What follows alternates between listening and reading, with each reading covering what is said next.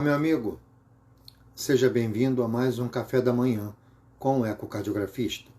Hoje nós vamos dar sequência ao tema iniciado ontem, que são as doenças do pericárdio. Ontem conversamos um pouco sobre a fisiologia do pericárdio e falamos um pouquinho sobre aspectos clínicos, sobre a pericardite aguda, pericardite crônica e falamos sobre o derrame pericárdico, lembrando como nós devemos graduar o derrame a partir de um exame de ecocardiograma. Hoje, a gente vai conversar talvez sobre uma das condições mais dramáticas que um ecocardiografista pode se deparar, que é o tamponamento cardíaco.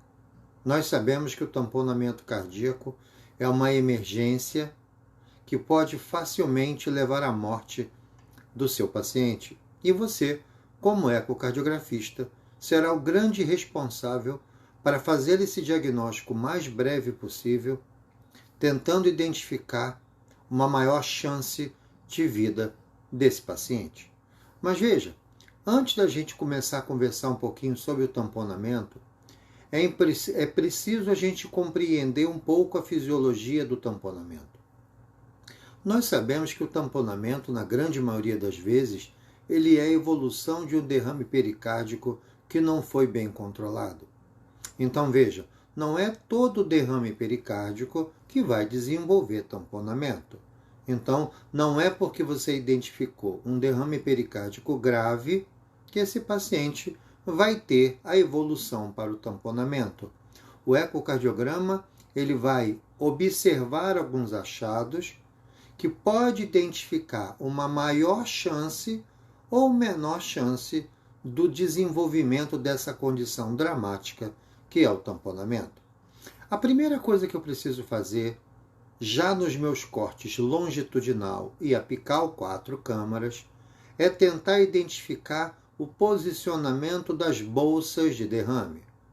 Lembrem, quando eu olho para o derrame pericárdico a partir de uma visão longitudinal, eu preciso lembrar que o paciente está deitado de lado, ou seja, há uma tendência de acontecer um derrame mais posterior, uma vez que a gravidade puxa esse líquido para baixo. Logo, se você identificar no corte longitudinal um derrame pericárdico posicionado anterior, isso por si só já sinaliza que você acenda a luz amarela, porque esse derrame possivelmente ele não é leve.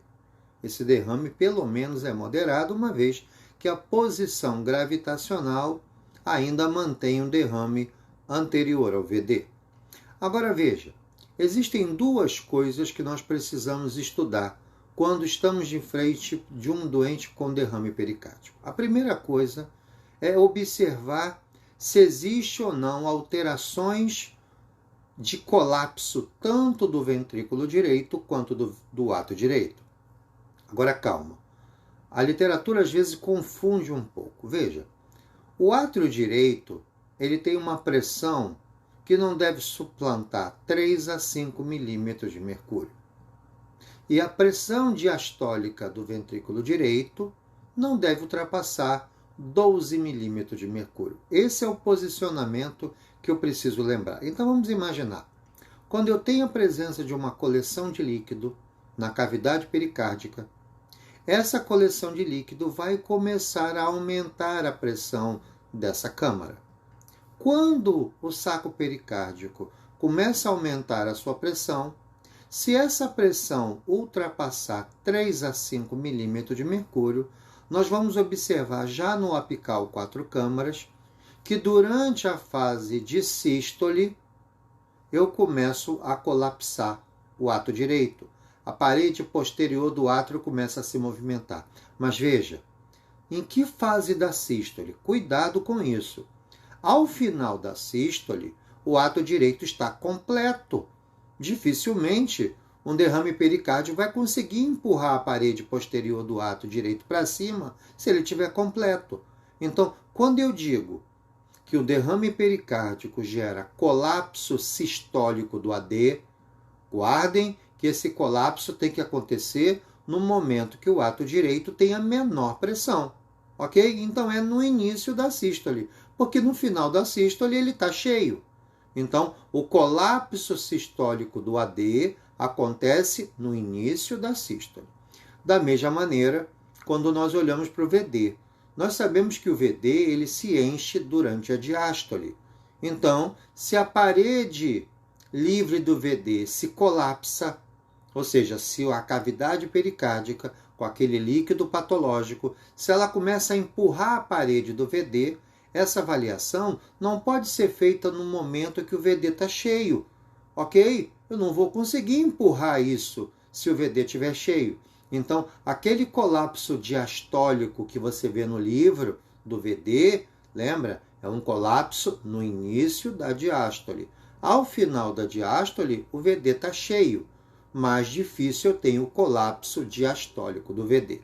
Tá? Então, a maneira correta que você deve descrever no seu laudo é que você identificou um derrame pericárdico moderado, sendo observado colapso na fase inicial da sístole da câmara atrial direita e colapso na fase inicial da diástole do ventrículo direito. É dessa maneira que você precisa colocar no seu laudo. Outra coisa importante, quem é mais sensível e quem é mais específico para saber se as pressões estão se elevando e se eu realmente já estou prejudicando o enchimento das câmaras ventriculares, e isso com certeza vai fazer com que o débito cardíaco caia e esse paciente pode evoluir mal. Então veja, busque sempre o colapso da fase inicial da diástole do VD, ok? Por quê? Quando isso acontece, ele se relacionou muito mais com evolução para tamponamento do que você olhar somente o colapso sistólico do ato direito. Então veja, pouco aumento de pressão dentro da cavidade pericárdica já vai colapsar o ato direito. Já eu preciso de pressões maiores para colapsar o ventrículo direito no início da diástole. Então, eu já inicio minha avaliação olhando isso. Outra coisa importante, olhar para a veia cava inferior. A veia cava inferior, muitas vezes, no tamponamento ou no derrame grave, ela é descartada, você não olha, precisa olhar. Lembra que quando o ato direito contrai, se aquele saco pericárdico está atrapalhando o VD a encher, quando o ato direito contrai, uma quantidade de sangue vai para dentro do fígado. Tá? Então eu preciso estudar uma veia hepática, eu preciso estudar uma veia cava inferior, é necessário o estudo do comportamento da veia cava, diâmetro e condições com a respiração, como se comportam os diâmetros dela com a respiração, ok? Então você fez um derrame pericárdico, olhou esse paciente, e esse derrame pericárdico parece ser moderado ou volumoso. Então agora eu preciso identificar se existe ou não tamponamento. Você foi chamado pelo pessoal da UTI ou da unidade coronária para definir isso. Existe tamponamento ou não? A primeira coisa, quando você vai montar o equipamento lá para fazer seu exame, antes de você montar o equipamento, você precisa olhar para 4 coisas.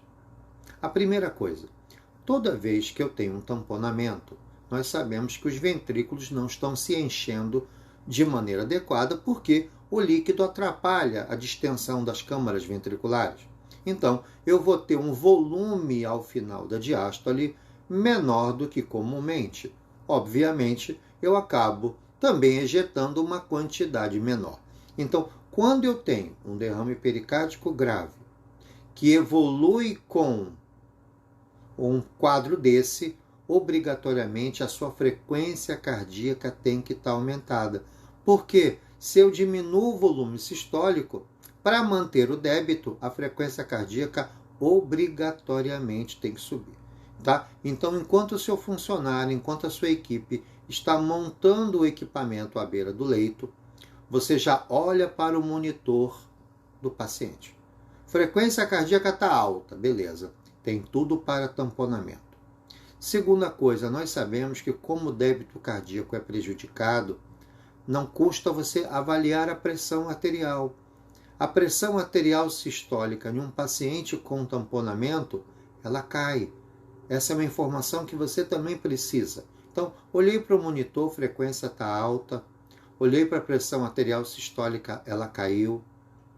Olha para faces do seu paciente. Um paciente que está tamponando, ele está em eminência de colapso, ok? A pele é fria, a pele é esbranquiçada e ele tem faces de morte.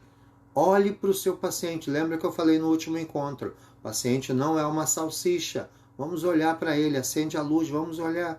E por último, olhe para o volume urinário, caso ele esteja internado em uma unidade de terapia intensiva.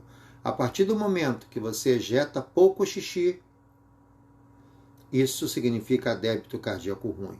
Ejetou pouco sangue, diminui a filtração urinária e aí eu tenho um débito urinário menor.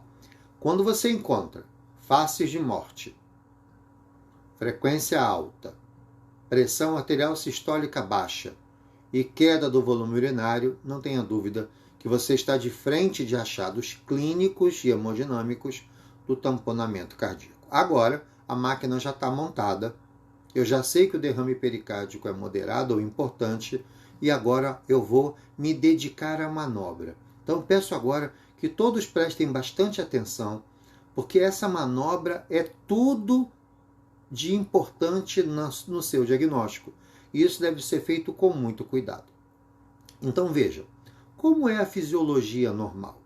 Quando eu coloco o meu Doppler pulsado à frente da válvula tricúspide e eu peço para que o meu paciente inspire profundamente, essa inspiração profunda gera um aumento do retorno venoso.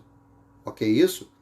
Então, esse aumento do retorno venoso faz com que chegue mais sangue ao lado direito. Mas veja, o tempo de diástole é o mesmo. Não mudou nada. Você não utilizou nenhuma droga para mudar o tempo de diástole. Então, se o volume que vai adentrar o VD é maior e o tempo de diástole é o mesmo, há uma necessidade que aumente as velocidades do fluxo tricúspide. Então, no tamponamento, a primeira coisa que eu preciso observar é o comportamento. Quanto variou a velocidade da onda E tricúspide obtido pelo Doppler pulsado na inspiração profunda. Lembra que como eu quero saber como houve o incremento dessas velocidades, você não pode utilizar a velocidade de varredura tradicional, como aquela que o Luiz utiliza no exame de ecocardiograma dele. Eu preciso diminuir a velocidade de varredura para que eu tenha mais ondas E tricúspide. E aí eu vou conseguir observar qual foi o aumento, qual foi o incremento da velocidade E tricúspide quando eu inspirei profundamente. Nos pacientes que estão tamponando, a gente observa que a velocidade da E tricúspide geralmente aumenta em 60% a 80%. Então, isso é a primeira coisa que eu preciso fazer. Abaixo a velocidade de varredura para 25, boto o pulsado à frente da válvula tricúspide e peço que o paciente faça uma inspiração profunda. E aí, eu vou avaliar quanto era a velocidade antes da manobra e quanto ficou a velocidade da E tricúspide após a manobra. Incrementos acima de 60%, acende a luz amarela para você. Mas lembra, não é porque a velocidade da onda E tricúspide ultrapassou, aumentou 60% a 80% que eu vou diagnosticar o tamponamento. Eu preciso agora uma avaliação final, que é o estudo do fluxo mitral. O fluxo mitral é o estudo mais importante para o diagnóstico do tamponamento cardíaco. Então, da mesma maneira, com o apical 4 câmaras, eu vou colocar o volume de amostra do Doppler à frente da válvula mitral. Vou obter a velocidade da onda E mitral antes da manobra e depois eu vou novamente mandar ele inspirar profundamente para identificar qual foi o percentual de queda. Lembra? Quando eu inspiro profundamente, eu aumento o retorno venoso, o sangue adentra o ventrículo direito e como agora eu tenho um líquido que atrapalha a distensão da parede lateral do VD, ele vai empurrar o septo interventricular para o lado esquerdo, que é a base do chamado pulso paradoxal, ok? Como agora eu enchi o VD e a parede lateral não se distende, ele empurra o septo para o outro lado, fazendo com que a cavidade ventricular esquerda diminua de tamanho. Essa cavidade ventricular esquerda pequena é que vai gerar volumes menores, tendo a necessidade de taquicardizar para tentar manter um débito dentro de padrões aceitáveis com a vida. Então veja, quando você coloca o seu volume de amostra à frente da válvula mitral, eu vou avaliar qual foi o percentual de queda da onda E mitral quando eu inspirei profundamente. Se esses valores de queda da onda E mitral ultrapassar 25 a 30%, nós estamos de frente agora um diagnóstico preciso, utilizando não somente a visão do derrame, mas principalmente o estudo hemodinâmico com a manobra de inspiração profunda de um tamponamento cardíaco. Então, o tamponamento, ele para diagnóstico, é obrigatório que você faça a manobra de inspiração profunda. Mas veja, quando eu fui para a manobra, eu fiz aquelas 4 observações que eu falei anteriormente. Olhe para faces do paciente, um paciente com sofrimento. Olhe para a pressão arterial sistólica, que deve ter caído. Olhe para a frequência cardíaca, que deve estar bem aumentada. E olhe para a queda do débito urinário, porque com a queda do débito cardíaco, nós temos uma menor filtração, gerando um volume urinário menor. Só depois disso é que você vai identificar a sua manobra. Então, olhou o Doppler pulsado à frente da válvula tricúspide, aumentou a velocidade de E tricúspide acima de 60% a 80%, e houve uma queda da velocidade da E mitral de 25% a 30%, isso sinaliza para você que você está de frente de um paciente com uma das maiores emergências do ponto de vista cardiológico, que é o tamponamento cardíaco. Se você não intervir nesse momento, você rapidamente vai perder esse paciente. Então veja, uma vez acontecendo o diagnóstico preciso através da técnica bidimensional agregada às manobras com Doppler, você agora vai chamar a equipe, identificar sobre a necessidade de se esvaziar a cavidade pericárdica, seja o cirurgião torácico, seja o cirurgião cardíaco ou até mesmo o intensivista com uma formação adequada, ele agora, guiado por você, ele vai fazer a punção da cavidade pericárdica para tentar esvaziar o máximo possível essa cavidade. Outra coisa, primeiro, essa punção obrigatoriamente deve ser guiada por você. Lembra, nada de correr. Você fez o diagnóstico do tamponamento, você chamou a equipe cirúrgica, o seu trabalho não terminou. Você precisa aguardar a equipe para que você possa oferecer os seus serviços na avaliação e na identificação da punção. Você vai guiar a punção pericárdica. Obviamente, nós temos que respeitar o cirurgião. Se você foi dispensado, ele não precisa de você para guiar a punção, pegue a sua mala, desmonte o seu equipamento e se desloque para a sua residência ou para um segundo ponto de trabalho. Mas você deve oferecer o seu serviço à equipe de cirurgia, porque nós sabemos que o ecocardiograma pode ajudar demais ao cirurgião cardíaco nessa punção para esvaziamento do saco. Caso a equipe cirúrgica concorde com a sua função, ajudando, agregando ao procedimento, lembrem que durante todo o processo de esvaziamento, você deve continuar fazendo as suas manobras, ok? Eu vou olhar se a agulha está no local correto, eu vou olhar se o que está sendo puxado está esvaziando o derrame, eu vou olhar se a pressão arterial sistólica do meu paciente, se ela está aumentando com o esvaziamento, eu vou observar se o volume urinário, se o paciente voltou a fazer um pouquinho mais de xixi depois da punção, eu vou olhar se esse paciente, se a frequência cardíaca dele caiu. Tudo isso é importante para quê? Para que a gente identifique a melhora do paciente durante o procedimento de punção pericárdica.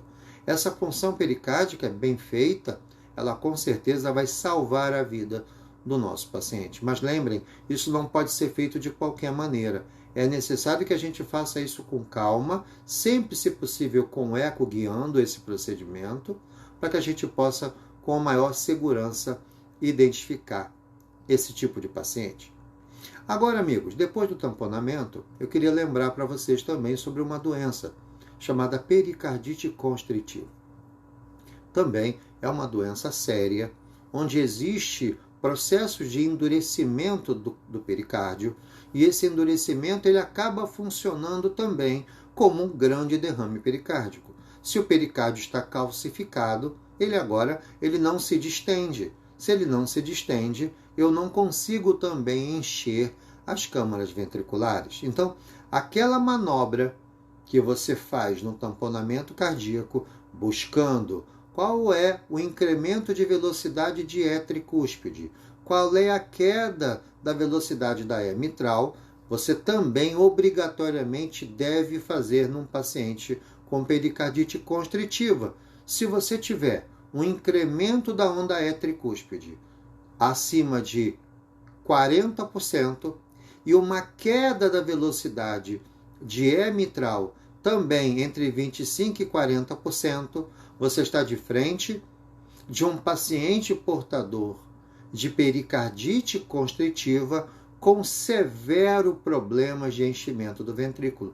Esse paciente, o mais breve possível, necessita da intervenção para retirar o pericárdio, buscando um adequado funcionamento do coração. E lembrem, já lá no meu exame de Doppler tecidual, fiz o meu apical 4 câmaras, coloquei o volume de amostra no anel mitral septal e no anel mitral lateral. A pericardite constritiva tem um grande marcador diagnóstico, que é o chamado ânulus reversus, ou seja, a velocidade da onda E do anel lateral mitral vai apresentar velocidades menores do que a velocidade da onda E do anel mitral septal.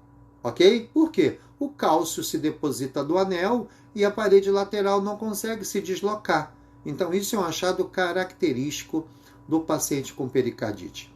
Então, veja, eu vou procurar a hiperrefringência do pericárdio na minha imagem 2D, vou identificar que os átrios também estão crescendo, olha para a veia cava inferior. A veia cava inferior, quando você tem pericardite constritiva, a gente observa mudanças do padrão de curva, principalmente a onda diastólica, que geralmente do fígado vem de cima para baixo, então sístole para baixo, diástole para baixo e a reversa para cima.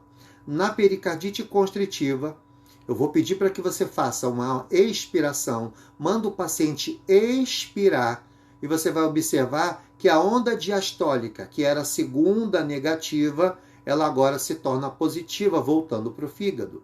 Então, repetindo, num paciente com pericardite constritiva, você vai colocar o seu volume de amostra dentro de uma veia hepática e você normalmente viria sistólica para baixo, diastólica para baixo e a reversa para cima.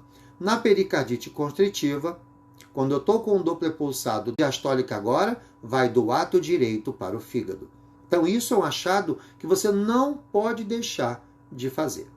E por último, tendo feito o diagnóstico da pericardite constritiva, você também pode orientar que seja feito uma tomografia computadorizada. Por quê? Nós precisamos realmente saber com maior acurácia aonde estão os pontos de maior calcificação do pericárdio e o planejamento cirúrgico também vai depender dessa tomografia. E para encerrar, a gente precisa também relembrar como diferenciar pericardite constritiva de cardiomiopatia restritiva. Antigamente, todos esses pacientes iam para a ressonância. Hoje não precisa mais. Vamos memorizar uma coisa, Priscila. A doença pericardite constritiva, ela é uma doença do pericárdio. Não há doença do músculo. Então, se você fizer o seu Doppler tecidual no anel lateral ou anel septal, a gente vai observar velocidades totalmente normais tanto diastólica quanto sistólica. Já na miocardite ou na miocardiopatia restritiva, a gente tem doença do músculo, então as velocidades miocárdicas vão cair. Essa é a maneira mais simples que eu tenho de diferenciar. Mas existem também outras diferenças. Por exemplo, se você olhar para os átrios da miocardiopatia restritiva, os átrios são gigantes, enquanto na pericardite constritiva existe um aumento, mas não é um aumento gigante dos átrios. Lembrem que o septo interventricular ele tem um movimento diferente no paciente com tamponamento. Movimento esse que não vai existir na cardiomiopatia restritiva. Se você fizer o strain do septo na miocardiopatia restritiva, ele está doente, o strain é baixo, que a doença é do músculo. Já na pericardite, o strain é totalmente normal. Então vejam como as doenças do pericárdio são doenças cobertas, uma maneira rica de se avaliar através do eco, seja identificando algo que sugira uma pericardite aguda, identificando como eu identifico a pericardite crônica, ou seja, um quadro de mais de 3 meses, identificar e saber estudar um derrame pericárdico, estudar aquele derrame pericárdico que você acha que ele pode estar desenvolvendo tamponamento, e aí o ecocardiograma é fantástico para isso, como nós vimos, e por último, identificar também como faz a manobra na pericardite constritiva, buscar o achado do tecidual, que é quase que patognomônico dessa apresentação, e nunca esquecer dos achados que diferenciam a pericardite constritiva da cardiomiopatia restritiva. Então, com isso, nós finalizamos o tema doenças do pericárdio e amanhã, com certeza, traremos um tema mais palpitante. Queria uma colaboração de vocês. A partir de hoje, nós vamos colocar lá no Instagram uma mensagem onde você vai dar a sua dica de temas para o café da manhã, ok? Eu agora preciso que você me ajude. Eu quero entender melhor qual é o tema que você gostaria de escutar, qual é o tema que você gostaria de bater esse papo com a gente. Então, todos os dias, na parte da manhã, a gente vai colocar uma chamada lá no Instagram para que você possa dar a sua opinião. Nós vamos colocar 4 temas e você vai dizer qual tema que você gosta. Ao final do dia, o tema que tem o maior número de votações é aquele que a gente vai apresentar no próximo dia. Então, queria agradecer a vocês mais uma vez. Lembrar vocês, pessoal da ecocardiografia que quiser um canal de assinatura, nós temos agora o canal de assinatura Ecoflix. O Ecoflix é um canal de assinatura onde você vai ter temas de ecocardiografia básica, avançada, principalmente estudos onde a gente tem vários podcasts, trabalhos internacionais, nacionais, uma grande interatividade. Todos os dias no canal Ecoflix a gente bota uma questão de múltipla escolha para testar o seu conhecimento e todos os dias a gente também coloca um vídeo para treinar o teu treinamento visual. Agradecendo a vocês, obrigado pelo apoio. Então a gente se encontra amanhã às 6h30 com mais um Café da Manhã. Um grande abraço!